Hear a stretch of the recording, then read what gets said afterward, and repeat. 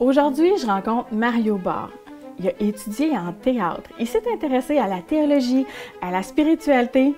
Il est arrivé à Radio Ville-Marie et puis maintenant, il est rendu à Aide à l'Église en détresse, un organisme qu'on connaît peut-être pas tant que ça dans la région de Québec. Bonjour, bonjour. Ça va bien? Ça va très bien. Qu'est-ce qui te touche dans l'organisme Aide à l'Église en détresse? D'abord, ce qui me touche, c'est que j'ai toujours été intéressé par les nouvelles internationales. Donc, moi, mon travail là-bas, c'est vraiment de parler de la situation des églises locales les plus pauvres, discriminées ou même persécutées. Ça, c'est vraiment un intérêt majeur. Ça rejoint mon intérêt également pour la liberté d'expression, la liberté de religion, la liberté d'être, qui les gens sont, qui n'est pas évidente aujourd'hui, qui est malmenée un peu partout dans le monde. Ouais.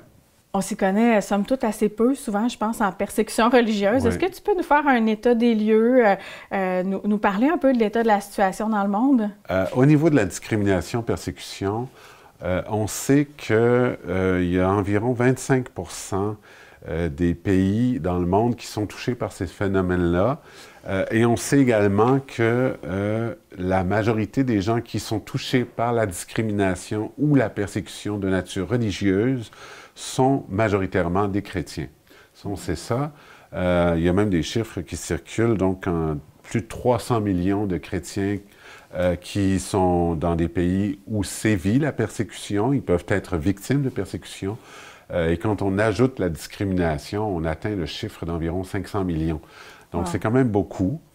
C'est presque un demi-milliard. C'est vraiment un domaine, je pense, où en tout cas, on a besoin de bien réfléchir parce que la persécution, la discrimination, ce sont des mots qui sont très chargés. Il faut faire attention quand on en parle. Alors, au niveau de la discrimination et de la persécution, les différences, discrimination, bien sûr, ça peut être au niveau de son emploi.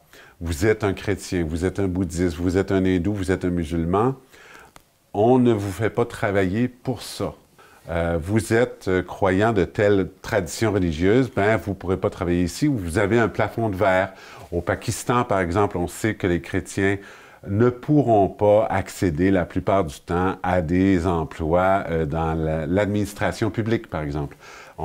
Ils vont être éboueurs, vidangeurs, faire la fabrication de briques également.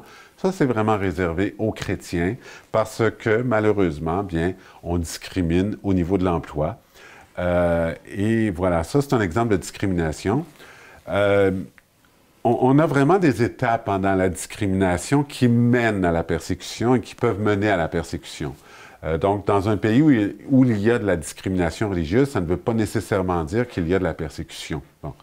Mais la persécution peut arriver. Et la discrimination, malheureusement, va mettre en place des éléments comme la haine de l'autre, comme la médisance sur l'autre, la désinformation. Ce sont des éléments qui vont faire en sorte que, petit à petit, on va arriver à la persécution.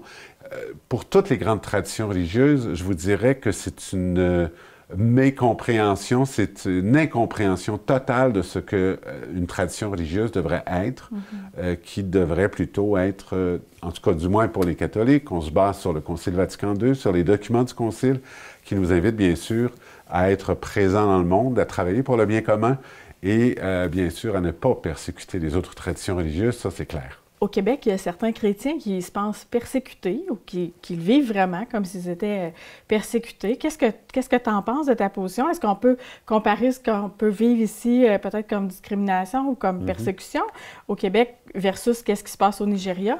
Je ne crois pas, et comme Bureau canadien, en fait, on a une position là-dessus qui est plutôt qu'on parle d'inconfort face aux religieux. C'est sûr qu'il y a des événements qui se sont déroulés tout dernièrement. Là, il y a eu des églises brûlées dans l'ouest du Canada, par exemple, quand il y a des graffitis également sur son église avec des signes qui ne sont pas très joyeux. Non, ça, est-ce qu'on peut parler de persécution dans ces cas-là?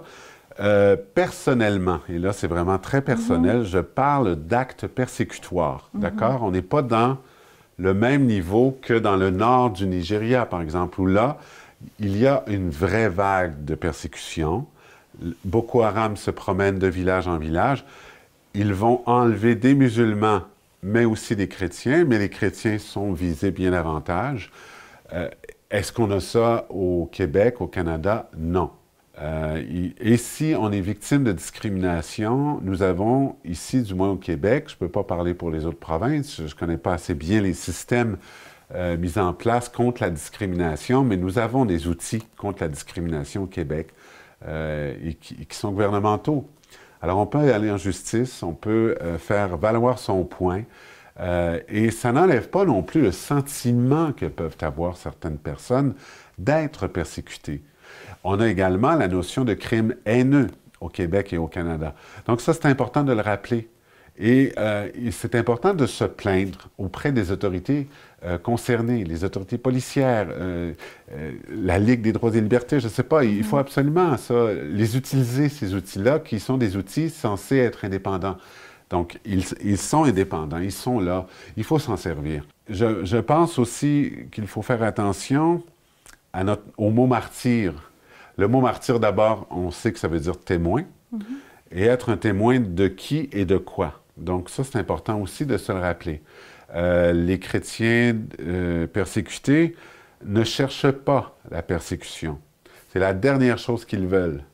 Mais leur foi est tellement grande en Jésus-Christ et dans les valeurs de l'Évangile et dans la mise en place de ces valeurs dans leur propre paroisse et si possible, bien sûr, dans la société où ils sont, qui ne peuvent pas renier ce Christ ressuscité qui vit en eux, bien sûr. Mais, et ça peut mener à la persécution, mais il faut faire attention ici de dire que de mettre un peu trop de fleurs sur ce mot. Vous comprenez? Et c'est peut-être le danger qu'on a comme pays où on est bien, finalement. On s'aperçoit qu'on est bien par rapport à bien d'autres contrées. En tout cas, du moins, quand on étudie la situation de persécution dans d'autres pays. Alors, j'invite vraiment les gens à faire l'exercice. On parle de persécution, ça peut nous sembler vraiment lointain. Qu'est-ce qu'on peut faire? Y a-t-il des choses concrètes qu'on peut faire quand on est ici? Nous, on a 3 mots à Aide à l'Église en détresse: informer, prier, agir. Alors, c'est pour ça que je suis là, moi, informer sur les situations partout dans le monde. Je dis toujours aux gens, partagez l'information. Il y a beaucoup d'informations qui circulent. À Aide à l'Église en détresse, on s'assure que ces informations-là sont véridiques, qu'elles sont vraies, qu'elles sont de vraies personnes et tout ça. Parce qu'il y a énormément de désinformation. Alors, il faut faire très attention. Ensuite, bien sûr, comme on est chrétien, on croit que la prière peut changer les choses. C'est un acte concret. Alors, on invite les gens à prier également, non seulement pour les chrétiens qui sont persécutés, mais également pour ceux qui les persécutent. Et ensuite, bien, il y a agir. Donc, dans l'agir, bien sûr, on met des dons pour nos projets locaux, mais également, comme au niveau de l'information aujourd'hui, je vous dirais, agir, c'est partager l'information qu'on envoie, qu'on communique dans vos réseaux sociaux, autour de vous. Voilà, c'est des choses qu'on peut faire. Et peut-être même, sur certaines situations, pourquoi pas en parler autour de vous, à des gens, bien sûr, qui auront une oreille attentive à ce que vous aurez à dire. Beaucoup d'informations se trouvent sur notre site web, alors c'est facile à trouver sur vos moteurs de recherche. Vous faites Aide à l'Église en détresse Canada et puis vous allez nous trouver immédiatement. Donc, voilà.